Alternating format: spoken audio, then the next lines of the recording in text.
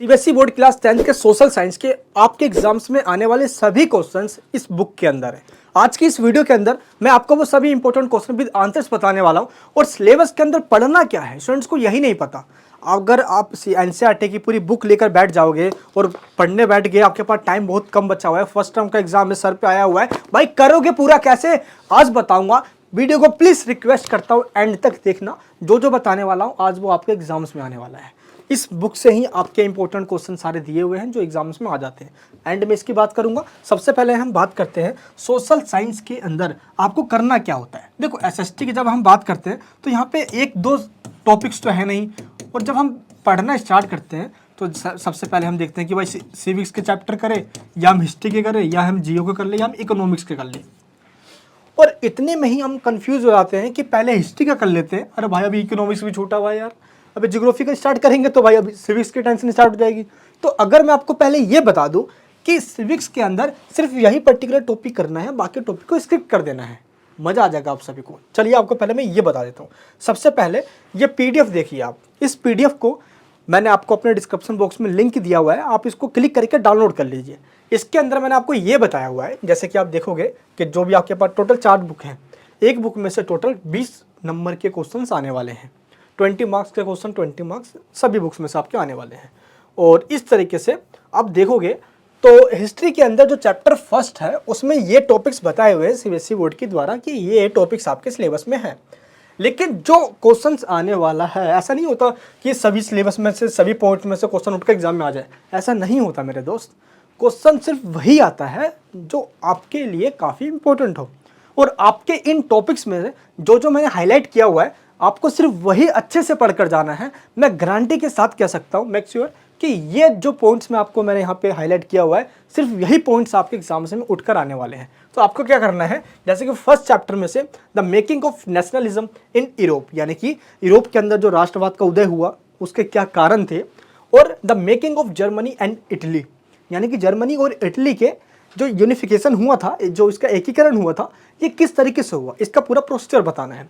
मैंने first chapter और second chapter जो है हमारा, इसको मैंने अपने वीडियो के अंदर बिल्कुल डीपली तरीके से समझाया हुआ है। आई होप आपने उनको देख लिया होगा। अगर आपने नहीं देखा तो ये वाली वो वीडियोस है, आप उनको देख लीजिए। इनकी लिंक मैंने नीचे डिस्क्रिप्शन बॉक्स में आपको दे दिया है।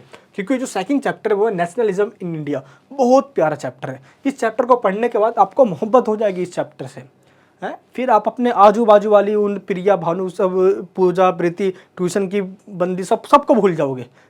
इस चैप्टर को पढ़ने के बाद मोहब्बत इतनी तगड़ी हो जाएगी। कैसे? इस चैप्टर को मैंने पूरा पढ़ाया हुआ है आपको ग्राफिक्स के थ्रू, इमेजेस के थ्रू, एक एक टॉपिक बड़ा मजा आएगा पढ़ने में आपको। तो सेकंड चैप्टर के अंदर 2 टॉपिक सबसे ज़्यादा इंपॉर्टेंट है। पहला है द फर्स्ट वर्ल्ड वॉर, खिलाफत movement and non cooperation movement. इनमें से कोई एक क्वेश्चन आएगा, वो है फर्स्ट वर्ल्ड वॉर। अच्छे से करके जाना। फर्स्ट वर्ल्ड वॉर क्या था, जो कि 1914 में स्टार्ट हुआ था, वो 1918 में ख़त्म हो गया था। First world war central power और एक्सिस पावर के बीच में हुआ था।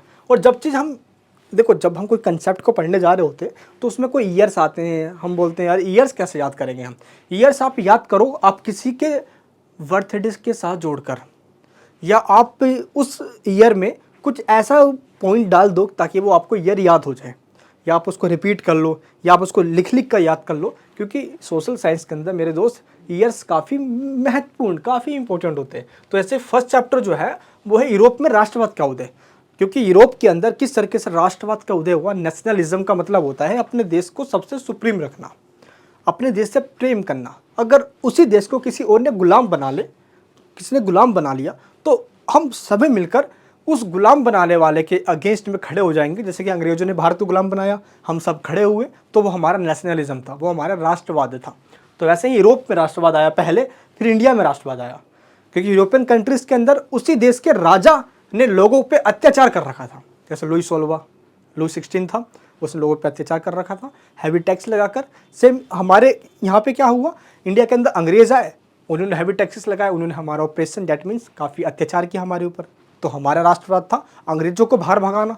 वो यूरोप में क्या था, जो हमारे देश के ऊपर जो राजा अत्याचार कर रहे हैं, या यूरोपियन कंट्रीज़ जैसे कि इटली, जर्मनी, स्पेन, पुर्तगाल, ये आपस में लड़ते रहा करते थे। इनको लगता था कि कौन सबसे ताकतवर है। इसी चीज़ को लेकर यूरोप में नेशनलिज्म, ठीक है, राष्ट्रवाद और नेशनलिज्म इन इंडिया, ये दोनों चैप्टर आपको काफ़ी मतलब पढ़ने में मज़ा भी आने वाला है। और इन दोनों के जो इंपॉर्टेंट टॉपिक्स है मैंने आपको बता दिया है। ये 1789 में हुआ था और ये जो है ये आपका वर्ल्ड वॉर फर्स्ट ये 1914 में हुआ था। क्लियर है। एंड इसमें मैप वर्क भी है जो आता है आपको अच्छे से करना है। अब हम आ जाते हैं थर्ड चैप्टर पे। हिस्ट्री का जो थर्ड चैप्टर है इसमें से आपको सिर्फ the making of a global world, इसमें आपको सिर्फ एक ही टॉपिक को अच्छे से करना है। वो टॉपिक कौन सा है? The inter war economy. इस टॉपिक को अच्छे से कर लीजिए, यही क्वेश्चन आपके जस्ट एग्जाम में आने वाला है जो मैंने आपको यहाँ पे बता दिया है। क्लियर है। एंड इसके बाद आते हैं हम जियोग्राफी में। फर्स्ट चैप्टर में से मैंने 2 टॉपिक को हाईलाइट किया हुआ है यहाँ पे। 2 टॉपिक में पहला टॉपिक है resources planning in India, conservation of resources. आना ही आना है, 100% लिख कर ले लो, 5 मार्क्स में आने वाला है ये। कंजर्वेशन ऑफ रिसोर्सेज 5 मार्क्स में आने वाला है ये, 100% आएगा ये। एंड लैंड डिग्रेडेशन पिछले बार भी आया था, उसके लास्ट ईयर भी आया था, इस बार भी आने वाला है ये। तो ये 2 क्वेश्चन 100% आता है और इसी चैप्टर में से मैप भी आता है आपका। तो मैप वर्क भी आपको करना होगा। करना कैसे है मैंने आपको ये बताया। दोस्त जब मैं अपने क्लास 10th में हुआ करता था तो मैंने अपने टाइम पे इस वाले बुक से पढ़ी थी और सारे क्वेश्चन बिलीव नहीं मानोगे सारे क्वेश्चन इस बुक में से आ गए थे। ये सोशल साइंस का एक कुंद्रा बाबा नाम का एक क्लास 10th का एक गाइड है। इसमें क्या होता है कि क्वेश्चन आंसर फॉर्मेट में दिया होता है और बहुत अच्छा होता है ये। मुझे पैसे नहीं दिए गए भाई कि बच्चों को बताओ ये बुक के बारे में, बच्चे खरीद लेंगे, आपकी मर्जी, आप कहीं से भी पढ़ लो। बट मैंने इससे पढ़ा था काफ़ी क्वेश्चन इसमें से आ गए थे तो मुझे बहुत बेहतर लगा था। ये लैंग्वेज भी काफ़ी ईजी है, हिंदी मीडियम इंग्लिश मीडियम में हो आप इसको ले सकते हो। ठीक है। एंड जियोग्राफी का जो सेकंड चैप्टर है उसमें सिर्फ आपको एक पॉइंट पढ़ना है, वो है कंजर्वेशन ऑफ फॉरेस्ट। ठीक है। इसमें वाइल्ड लाइफ है, ये भी टॉपिक्स के अंदर इंक्लूड है। तो ये हमारा सेकंड चैप्टर की बात हो गई। एंड थर्ड चैप्टर में मैप वर्क करना है, बाकी सारे चैप्टर को स्किप, जो भी यानी कि जो पॉइंट्स हैं उनको स्किप कर सकते हो, ओनली मैप वर्क कर लो, ये आपका इनफ हो जाएगा। थर्ड चैप्टर जियोग्राफी का। ठीक है। एंड जियोग्राफी में जो 4th चैप्टर है एग्रीकल्चर, इसमें आपको लास्ट में आना है, ये देखिए एंड में आपको फूड सिक्योरिटी होगा। एग्जाम में इस पे ही क्वेश्चन आते हैं, फूड सिक्योरिटी पे ही आता है, खाद्य सुरक्षा पे, खाद्य फूड सिक्योरिटी। जो हिंदी मीडियम वाले स्टूडेंट्स हैं समझ में नहीं आ रहा होगा आपको तो मैं हिंदी में भी उन सब की मीनिंग बता दूंगा, टेंशन मत लीजिए आप। ठीक है। एंड अब आते हैं हम डेमोक्रेटिक डेट मीन सिविक्स पे आते हैं हम। फर्स्ट चैप्टर है पावर शेयरिंग पे, बेल्जियम और इसमें श्रीलंका की पूरी कहानी है। श्रीलंका में कैसे सिंगलियों ने तमिलों पे अत्याचार किया, यानी कि जिनकी संख्या ज़्यादा है और जिनकी संख्या कम है उन पे अत्याचार किया जा रहा था। तो इस पूरी स्टोरी को फर्स्ट चैप्टर में आपको बताया गया है और ये बेल्जियम की कहानी है, ये श्रीलंका की कहानी है। इस वाले चैप्टर में आपको जो पढ़ना है वो पढ़ना है why power sharing is desirable. That means कि पावर जो शेयरिंग है, देखो सभी चाहते हैं कि पावर सिर्फ एक हाथ में ना हो, पावर का डिस्ट्रीब्यूशन हो, सेंटर में हो, स्टेट में हो, आगे और भी लोकल में भी हो, लेकिन एक ही इंसान के पास सारी पावर्स ना हो। अदरवाइज़ क्या करेगा वो, अपना दादागिरी चलाएगा वो। अब स्कूल के अंदर क्या हो कि भाई क्लास के अंदर सिर्फ मॉनिटर की चले या जो ताकत है उससे उसकी चले, जो बहुत शक्तिशाली है उसके सामने कोई बच्चा खड़ा ना हो पाए भाई, तो वैसे में मज़ा नहीं आता है भाई है। फिर वही वाली बात हो जाएगी यार, बाहर में बंदे लेकर आ जाऊँगा भाई। तो इसमें क्या होगा कि यहाँ पे देश चाहते हैं कि अपने देश के अंदर जो पावर है वो शेयरिंग पे हो। अगर हम किसी एक कम्युनिटी को इग्नोर कर देते हैं तो आगे चल के वही मूवमेंट आंदोलन करना स्टार्ट कर देता है। तो हमें किसी को इग्नोर नहीं करना चाहिए। देश के अंदर चाहे जिसकी संख्या कम भी हो, हमें उसको भी उतना ही महत्व या प्रायोरिटी देना चाहिए जितना हम मेजोरिटी वाले को दे रहे हैं, चाहे वो डच हो या फ्रेंच हो, है ना, या बौद्ध हो या जैन हो, जो भी रिलीजन के हो, हमें सबको एक जैसा महत्व देना चाहिए। ये चीज़ आपको बताना है कि पावर शेयरिंग क्यों जरूरी है इस वाले चैप्टर में। सेकंड चैप्टर फेडरलिज्म पे है। फेडरलिज्म का मतलब क्या होता है, जहाँ पे पावर्स का डिस्ट्रीब्यूशन हो, यानी कि पावर्स एक हाथ में ना होकर सभी हाथों में डिस्ट्रीब्यूट हो। डैट मीन्स अब हम इंडिया की बात करें तो इंडिया में सबसे ऊपर सेंट्रल गवर्नमेंट है, मोदी सरकार, स्टेट गवर्नमेंट है, मान लो कि केजरीवाल की सरकार। उसके बाद आपने सुना होगा गांव में पंचायत होते, पेड़ों के नीचे बैठकर कुछ लोग अपने आप ही सारा कानून बना लिया करते हैं। पंचायत सरपंच जी हैं, हमारे बाबूजी मुखिया जी हैं, सुना होगा ना दोस्त, ये सारे हमने गाँव वगैरह ये मूवी वगैरह में, तो मुखिया जी वही पंचायत वगैरह हो गए। तो भारत के अंदर तो 3-3 लेवल पे शक्तियों का डिस्ट्रीब्यूशन है। तो डिसेंट्रलाइजेशन का मतलब क्या होता है, शक्तियों का विभाजन, पावर्स को बांट दो, एक इंसान के हाथ में सारी पावर मत दो। अगर सारी पावर उसके हाथ में दे दी तो वो ताकतवर बन जाएगा है। अब मान लो कि आपके घर के अंदर तिजोरी है, उसमें बहुत सारे पैसे रखे हुए हैं और उस तिजोरी में जो लॉक लगा हुआ है उसका चाबी आपके बड़े वाले भाई पे है।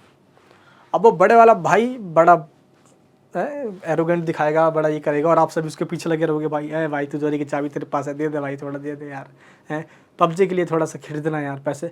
तो वहाँ से पैसे निकालने के लिए आप उसके पीछे लगे रहोगे, यही होगा ना। तो उस पर डिपेंड हो जाओगे तो वो डिक्टेटर बन सकता है। इग्नोर करेगा या कुछ अत्याचार कर सकता है, तो सेम यही कहानी है। तो हमें पावर्स कुछ तरीके से डिस्ट्रीब्यूट कर देना चाहिए ताकि एक हाथ में ना हो, अदरवाइज वो डिक्टेटर बन जाएगा, वो तानाशाही बन जाएगा, वो अपनी मनमर्जी चलाएगा। इसलिए पावर को क्या किया जाता है, डिस्ट्रीब्यूट कर दिया जाता है।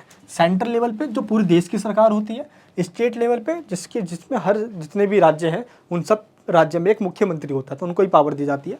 और लोकल लेवल में पंचायत, गाँवों में और शहर में होती है नगर पालिका, है म्यूनसिपैलिटी। ठीक है, नेक्स्ट जो को पॉइंट है हमारा, चलिए उस पर आते हैं अब हम। ये देखिए, जेंडर, रिलीजन एंड कास्ट। इसमें जो इम्पोर्टेंट है वो है वुमेन्स पॉलिटिकल रिप्रेजेंटेशन। आज महिलाओं को जो रिजर्वेशन दिया जाता है, जैसे कि आप लोकल लेवल पे देखोगे तो पंचायती लेवल पे 1/3 जो मेंबर्स हैं हमारी वुमेन्स के लिए सीट रिजर्व होती है। तो वुमेन्स वाला जो टॉपिक है ये इंपॉर्टेंट है 4th चैप्टर में। तो उन सभी टॉपिक्स को मैंने यहाँ पे हाईलाइट कर दिया हुआ है। Caste in politics, politics in caste, important question है, एग्जाम में आना ही आना है।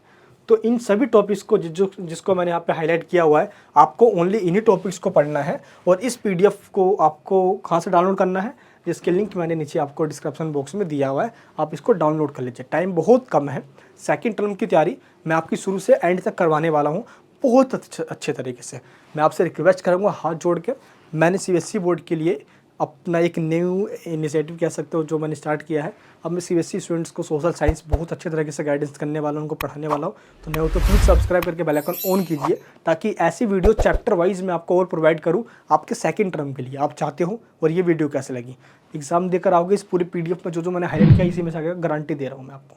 अभी के अभी लाइक कीजिए, सब्सक्राइब कीजिए, इस वीडियो को सभी दोस्तों के पास शेयर कीजिए ताकि सभी लोग सपोर्ट करें। आप सपोर्ट करोगे, मुझे पता चल जाएगा। अगर इस वीडियो पे 100 लाइक्स आ गई, मैं समझ जाऊंगा कि आप सपोर्ट कर रहे हो और आप चाहते हो कि मैं सेकंड टर्म के लिए प्रिपरेशन करवाऊं। मिलूंगा आपसे नेक्स्ट वीडियो के अंदर। अपना प्यार ही बनाए रखना, इस पीडीएफ को डाउनलोड कर लेना आप, और आपकी बंदी खुश रहे। मिलूंगा नेक्स्ट वीडियो। जय हिंद, जय भारत।